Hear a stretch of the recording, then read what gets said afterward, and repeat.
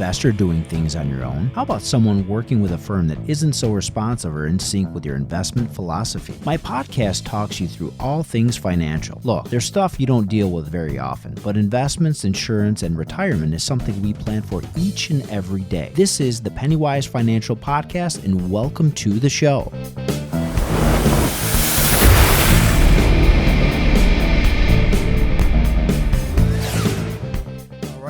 Welcome to the Pennywise Financial Podcast. This is Constantine here at Monarch Wealth Management. First episode here in 2026. I know there's probably a lot of questions about where the market's going. What is happening with my retirement account? Should I be going to cash? Should I take the earnings from last year and just sit tight? Well, I'm hoping to give you at least some insight on some of that stuff, as well as hopefully maybe taming some of your fears a little bit. But speaking of tame, the weather in upstate New York has been anything but. I will say it is probably the coldest winter that I can remember on record for at least the last decade. As a kid, yeah, sure, of course, we got this kind of weather all the time. As a matter of fact, we got a lot more snow than this. Not a ton of accumulation, but I'll tell you what, as far as temps, it has been frigid weather out there. We recently just went to a hockey tournament. And that tournament was out in Ohio. We did that for a 4-day weekend. Beautiful hockey event. We didn't win every game. It was a good competition, I think, for us. But when we got home, I'll tell you what, I had some competition there with the weather, and we lost that one. We get home, and I always hear about these people that have their pipes freezing. Well, sub-zero temperatures for multiple days without any type of running water going through our pipes. And, of course, we were unfortunately coming home to no water. Not no hot water, but no water at all whatsoever coming in through the main. And I'll tell you what, obviously I am not an HVAC guy. I'm not a plumbing guy. I'm not that person. My wife would say that I'm definitely not the handy person in the house. It's probably my 8-year-old son. But needless to say, I was able to use AI to help me save thousands on a potential cost that could have happened actually as the plumbing issue ensued. And so what I did there is I was able to utilize that and help shut off the main and apparently open up some of the pressure valves on those other pipes and plumbing, and it saved me thousands. So that was fantastic. That's one way that we're utilizing AI and helping us on a day-to-day. I don't see any type of relief coming in the future. It looks like weather forecast is still looking at temps that are hovering below 20 degrees. And that means, obviously, cold temps, more potential for pipes and plumbing to freeze, and no fun outside for the kiddos. Those days of playing outside at recess, I think, are far and few between. Not to mention, we do some outdoor sports like snowboarding and skiing. So that's a weather update. Yeah, I'm sure you've been waiting for that, but I thought I'd include that as a conversation piece and maybe some different ways that you may or may not be utilizing AI in ways to save money. How about the market? What's going on with the market there? Heading into the fourth quarter 2025, a lot of people are kind of worried, Stock market doing quite well. Returns, depending on the account and how aggressive it was, between 10 and 20+%. Can this still continue? Should I cash out, take my chips, and hold on for dear life? Early signals are showing that the market is actually doing quite well. We're definitely having kind of a breath of earnings with some fresh air and breathing life into stocks that maybe seem like they were left for the dead. Some of those value type stocks with lower PE multiples than the Magnificent Seven. So we're seeing like a broadening out in the market. We started to see that happen a little bit in 2025, midway through the year, but then the techs just continue to rally. So here we are as of early February, so just a couple days ago. S&P is up a mere 0.9%, so just under 1. With today's numbers, maybe looking at flat and slightly negative. Market's been getting beat up these last few sessions. But I think Putting things into perspective, it looks like the remainder of the year has some pretty strong earnings. I like to see that. Dow Jones, we're looking at that up 3.2%. 3.2 versus not even one with the S&P. So like I said, when we look at the different types of stocks that maybe did not participate last year, we look at the Dow Jones, those industrial type stocks, maybe have a little bit more value embedded in them with lower PEs, up triple what the S&P is doing.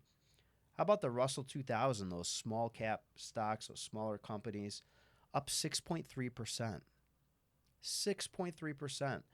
So think about the recovery. Think about the state of the economy we're in right now in the market cycle, and we're seeing a lot of potential there in the small caps. An early jump out of the gate, up 6+%, 6 times what the S&P is doing. So if you're a person that likes to buy the S&P 500 or that Vanguard very easy index ETF, you might want to think twice about that, as we can see there's an early horse that's jumped out of the gate. How about the international stocks? We saw this happening last year, right? They are almost keeping pace with these small cap stocks, up a 5.8% year to date. In metals, if you know anything about your investments and your individual positions, you probably have noticed some exposure there to gold and silver over the last year or two. And gold has been performing despite stock market going up, right? That's right. So think about that. The reason that people own gold typically is to hedge against inflation and maybe a little bit of insurance if their stocks may be going down in value. But guess what? These precious metals have been participating as well. So we've got gold and silver. Gold is up just about 2% as of the late, and silver up 7%, a whopping 7%.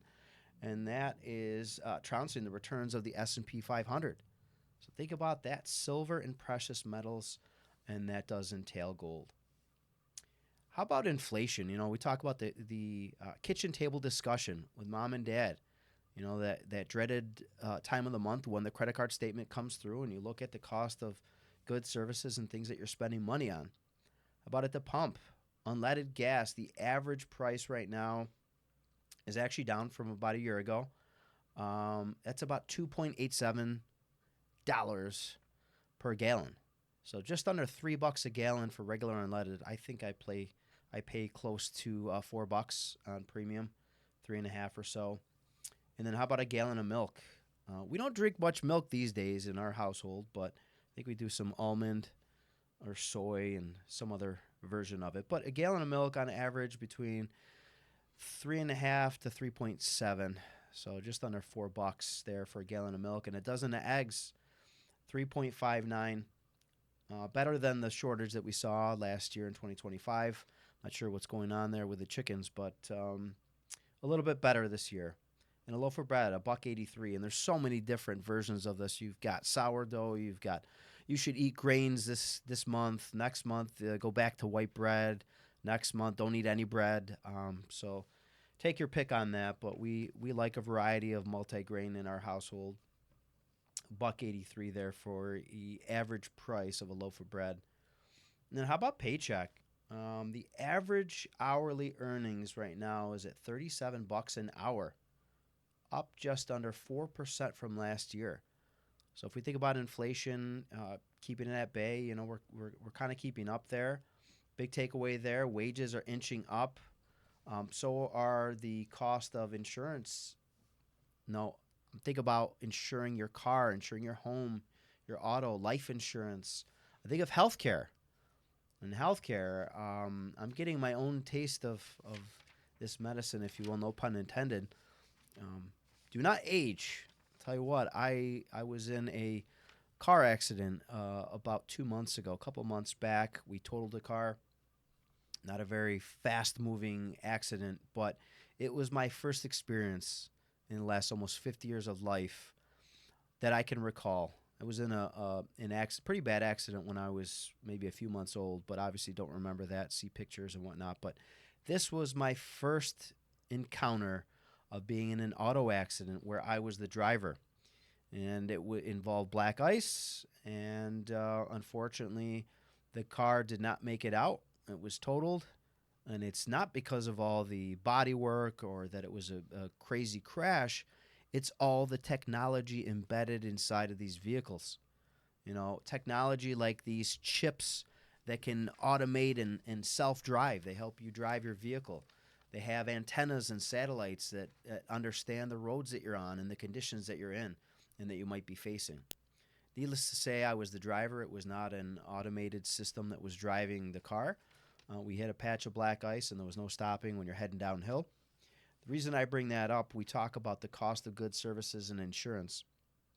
And one of the things you might want to look at if you haven't visited is look at your policy to find out what you're actually paying for. And I found out, as a reminder, I set these policies up a long time ago. When I added a new vehicle, I said simply, let's renew the coverage. Let's keep the same kind of coverage I had. Come to find out, I do not have the rental car protection on there. So I started asking questions of my agent. What does this include? What if I did have it? Would this cover a vehicle similar to the SUV side? No, it would not. So be careful on that. You're paying a premium for these things, and there's also limitations. So they may cover up to $25 a day. That will get you a very small Ford Escort or maybe tiny Subaru that you'd be driving around. Even if you had a bigger luxury vehicle, it's not going to cover that. So you're not getting like to like there. Not to mention, if you have an expensive or timely repair, it's not going to cover you for the duration of that repair. So when I think about what this would have cost as far as money and time, this vehicle, because it was just kind of minor cosmetic damage, but all the chips inside of there, waiting for them to come in and place them, we're talking about a 2.5 to 3.5 month wait on the repair if they had done it. And I'll tell you what, there's limitations on that policy as far as what they would cover. So you may or may not want to elect the coverage. It may actually save you money. So say you save, I don't know, 20 to 50 bucks, maybe $100 a year in premium. Add that up. Like I said, this is my first go at an auto accident in 50 years. Do the math on that. How many times do you have these? And it does happen. I think everybody will be either involved in an accident, whether or not they're the driver. You will be impacted at some point in your life. And when that comes, you want to know what you own, what you have, and what options you have available to you. So that's the kind of update there on insurance costs. How about real estate? The Rochester market. Let's look at the median home prices in Rochester, New York, upstate New York, hovering about $165,000. The average listing price is right around $140,000, so it sounds like they're still selling at a premium. Although I would say that the relief we've seen on the mortgage rates is helping a little bit as far as inventory and people wanting to list their home and move to have a little bit more incentive on buying a new home that might come with higher costs up front, maybe higher taxes because the home value is more, but now having a little bit of relief there at the mortgage rate when they're paying their monthly mortgage bill. Kathy Hochul, what's Kathy up to these days? Kathy, she had a gas ban, right? So we talk about this EV push and cleaner energy, and I talk to people who are clients that come in with these electric vehicles, and they tell me, have you ever seen what it does to a battery in this kind of environment? Now think about it. We covered the weather earlier on this segment. We talked about the weather being extremely cold. Do me a favor. The next time you're outside and it's really cold, think about it. Pull out your cell phone. Start taking some videos and pictures and just watch how it drains. Put a stress on your battery life. Think of what that does to an electric vehicle that has all these sensors and automation. It's got to drive and propel a vehicle with passengers, thousands of pounds. So putting that into perspective, Miss Kathy Hochul here there. The All-Electric Building Act, it's banning gas in all new homes being built. Supposed to kick off January 1st this year. Well, it's being pushed back and delayed. Surprise, surprise. Big shock there. If you're building this spring, you might still get that gas line. Now, the window for that is closing. Who knows? Maybe it'll get kicked down the road a little bit more. But I think that I hope that they'll be realizing that, hey, wait a minute. We don't have the infrastructure here to support going all electric for just about everything. Our cars, we've got our phones, all the technology in the house. Everything is smart this, smart thermostat, smart locks, smart cameras, all that draw and strain on the energies. And then we're looking at things like solar and wind to generate enough electricity? Well, we know that nuclear is on the horizon, and we're working on ways to get that implemented so that we could have enough sustainability in our infrastructure, but I think we're years away from that. About health insurance, we talked about the costs. I mentioned a little bit about my accident. Another reason I bring that up when it ties into insurance costs, I look at my premiums. They're up about 13%. Tell you, if I could invest in any stock, it would be something that reflects something similar to the cost of rising healthcare. It's up between 10-15% a year. I've never seen it go down, so good luck with that one. But when I mention the cost of healthcare and my accident and the coverage I had there, as a result of that accident, I think I sustained an injury that may have been uncovered a few weeks later, and that had to do with my leg. I had trouble walking for a bit, and then I went and got x-rays. I had an initial consult. I was waiting for a referral from one doctor to the next. It's kind of like paying a toll. And then you're waiting for the referral from the insurance company. So you pay thousands every year for this coverage, right? You pay thousands every month in premium, hoping that, when and if you have an accident or a need for it, you're going to get taken care of. Well, that may not be the case, right? At least not the way that I assumed it would. And I don't have very many healthcare hiccups or visits. So this is kind of my first encounter with that. But I'll tell you what, it was an experience, and it was a learning experience. And it's time. We're talking a few months ago this accident happened. I've been in pain now for 6 to 8 weeks. Much better now. I'm able to walk. I'm not perfect, but I just now was able to really push and advocate for myself, and I had some friends in the healthcare industry to help me understand and know what to do and what to say and how to get the care that I needed. But it took a while. It took a long time. And that was kind of a shock to me. Needless to say, it's still not resolved, but I'm on my way to recovery. How about small group business owners? It's up about 15%. That's me. I'll raise my hand. I'm in that boat. Small business owner. So I know what you're dealing with if you own a business and you're paying for healthcare premiums. It's not inexpensive, and good luck with the care that you're getting.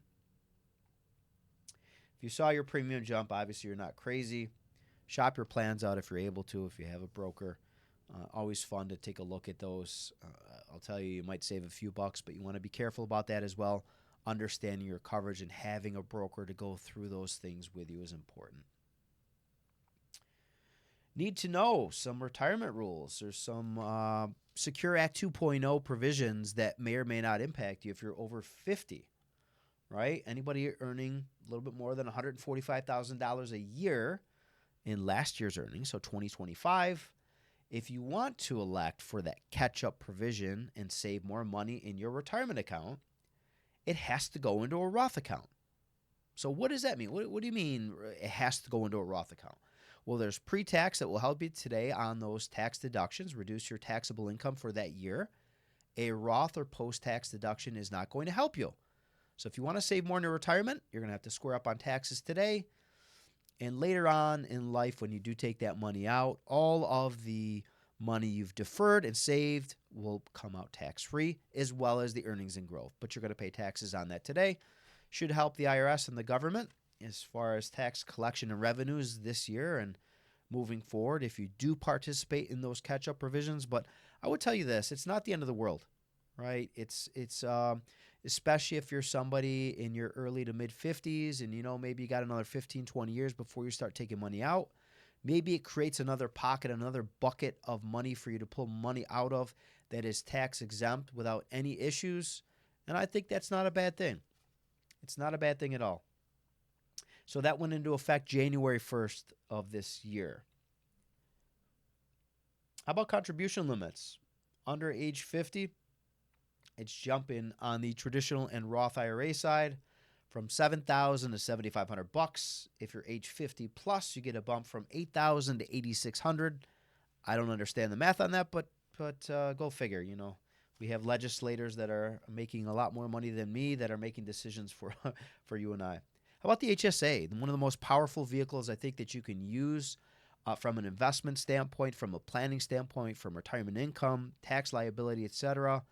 This is an effective way to get money with a triple tax incentive. What I mean by that is you get a deduction for putting the money in. The money can grow tax deferred and grow. The money will come out tax free when you use it for healthcare reimbursement. And the other nice incentive is, guess what? You have the right to choose when you get reimbursed. Might be 5, 10, 20, 30 years from now. And why not have that money grow for you to use later on? Now, there's some caveats to that. Think about the HSA. If you're over saving there, if you have too much money in there, it's got to come out for healthcare expenses. Well, yeah, there's some relief where you can roll that over into a retirement plan. For some of that money, the other thing is when you inherit it, if you're a non-spouse, what happens there? Well, it's not so cut and dry. So you want to be careful of that. The other thing is looking at the trends here. What are we looking at as far as trends? Trending topics. Okay. Search trend. Everyone in New York is Googling right now. Electric car range for the winter months right now. Shocker. We talked about the weather forecast, what that's going to do for your heating and electric bills.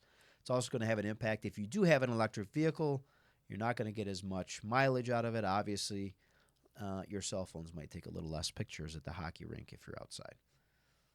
EVs are losing 10 to 30% of their range. I'd say that's pretty fair, pretty much in line.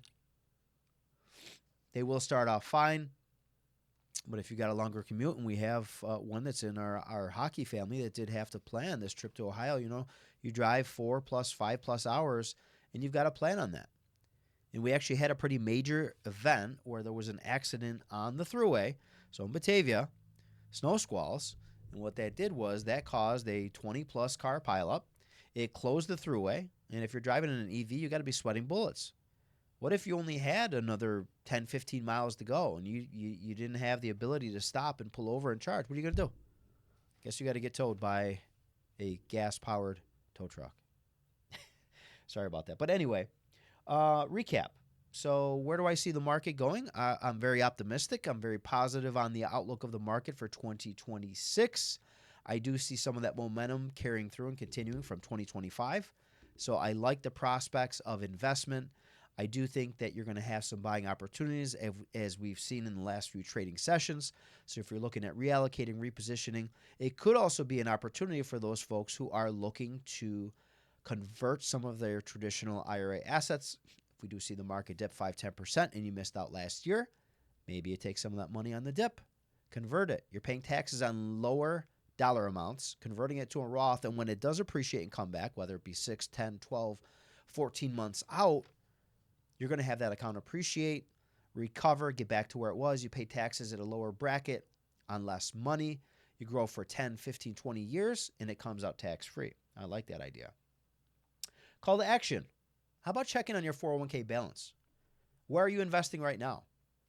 Maybe reallocating, rebalancing some of the money that you have investing right now that's already at work. And how about the money that's going in? I think you should check at the allocation between stocks and bonds. You should be heavily aligned with something that's appropriate based on your age, your time horizon, your comfort.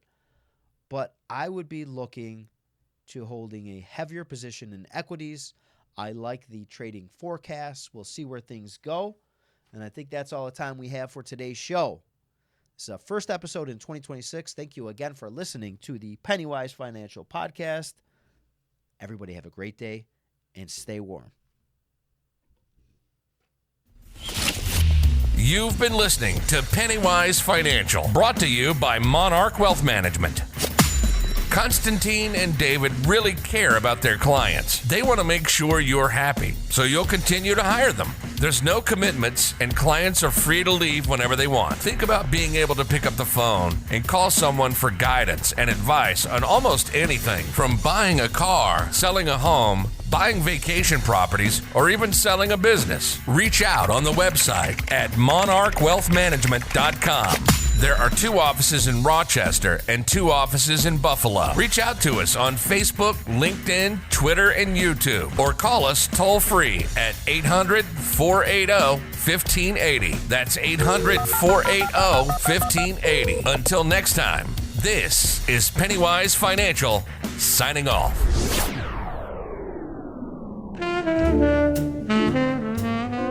opinions voiced in this program are for general information only and are not intended to provide specific advice or recommendations for any individual. To determine which investments may be appropriate for you, consult with your attorney, accountant, and financial advisor or tax advisor prior to investing. Securities are offered through LPL Financial, member FINRA, and SIPC.